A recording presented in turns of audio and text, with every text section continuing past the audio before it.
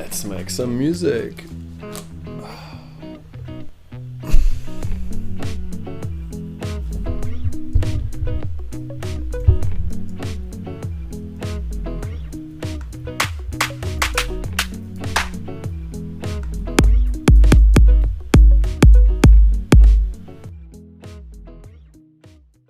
I'm pretty sure we all have been in this situation once, that we sat down on a computer and we didn't know how to start producing music. We didn't have the ideas which come into our mind. We just had this almost creativity block. And I'm going to teach you today a few techniques you can use in your music production journey to have unlimited creativity.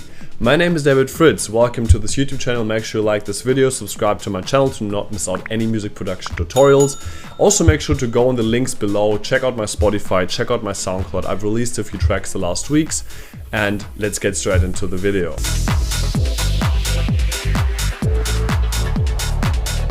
So there's a few techniques I'm using usually, and that is the following. Music is, especially when you're using a DAW, it's a very technical thing, and what we need to make sure of is that we still play with music. And how you do that basically is, how do you play music if you have an instrument? An instrument is not technical, it's just an instrument. You can play whatever you want and music is created instantly on the spot. So when I go on a DAW like FL Studio, I just go into it and I just select some random synthesizers or a piano roll or maybe even FL keys. And what I'm doing is basically I'm just playing with a few melody loops. What I'm doing as well is I'm basically just installing a kick and let this kick play on end for all the time. And then basically what I'm doing, I'm going on the piano roll and I'm just playing a little bit. So let's open up FL keys.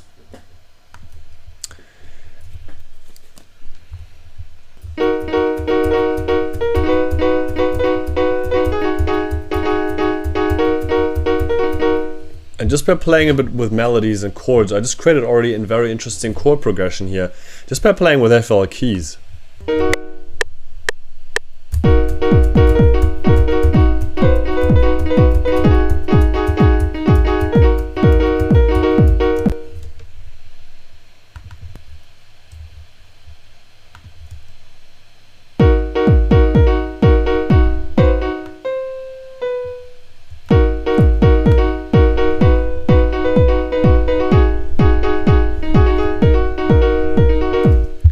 And just by playing a little bit with the melodies, the rest just follows up.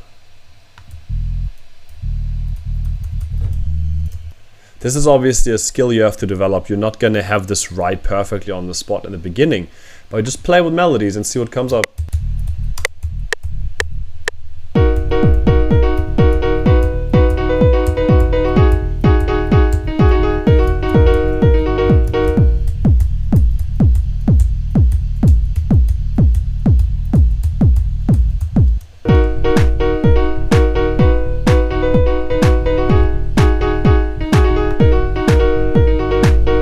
The second tip I definitely have for you is go on Splice and subscribe to Splice, because every single time you're lacking an idea, I personally go on Splice and I'm looking for random synth loops, and my favorite synth loops, I put them into my favorites folder. So every time I'm lacking ideas or I'm feeling creativity is not coming to me, first of all I'm going to tell you, you have to sit down every single day, produce music.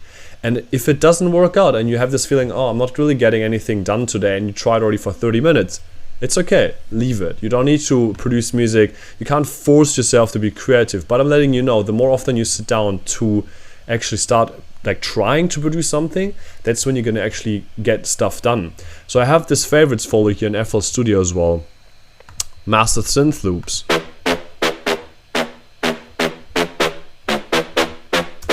And that already gives me an idea, a really great idea. I'm gonna just put it into the, drag and drop it into the playlist, make it a bit more quiet,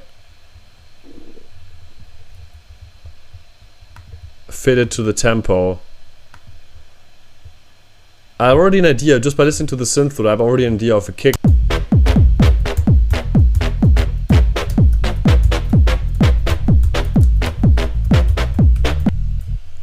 Very nice, and now I can go on this one, press Command A and Command B, Q, and quantize everything.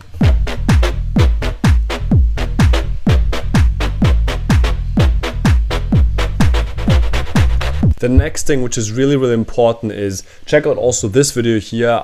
I'm basically explaining how to produce tech house faster. But by you creating a template in your DAW, in FL Studio or in Ableton, you're limiting yourself already. So if you have already a kick pattern and a clap pattern and a hi-hat pattern already installed in FL Studio, this is the basic pattern for the music genre I'm producing in. So there's a limitation already. There's a limitation that it's not going to be a... It's not going to be...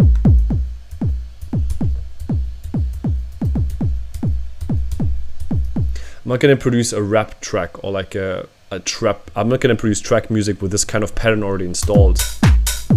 So by limiting yourself with specific things like the pattern, the template, and also even with mixing, and also even by just, let's say, just limiting yourself with which kind of synths you want to use. Literally, guys, for all the hundreds of tracks I've produced, I'm going to show you one thing. Those are all the synths I'm owning. It's not much, but those synths I try to learn as much as possible, and I know the sounds which are in there. I know the presets, and I have them in my mind. Sometimes I'm like, oh, I think there's a nice preset in my Serum, in the Serum plugin. So I'm going to go on Serum, and I'm having here all those presets here, and it's not that many. You can see it's, in comparison to other people, it's literally f*** all. But with this, I'm limiting myself, and I know where the presets are, where I'm looking for them. Also the same with this one here. The synth loops, it's quite a few, but if I go on master drums and I go on hi-hats, or let's go on hi-hats, this is all the hi-hats I'm using. It's not many, but because I have a limited option, that's when I can get creative and change the sounds and layer them on top of each other to create something different. Also the kicks, that's all the kicks I'm using. That's like, how many others? Like 20 to 30 kicks. If you compare it to FL Studio's kicks, they have, this is the amount of kicks FL Studio has. Most of them are not even sounding like a kick from Tech House, what I would produce personally.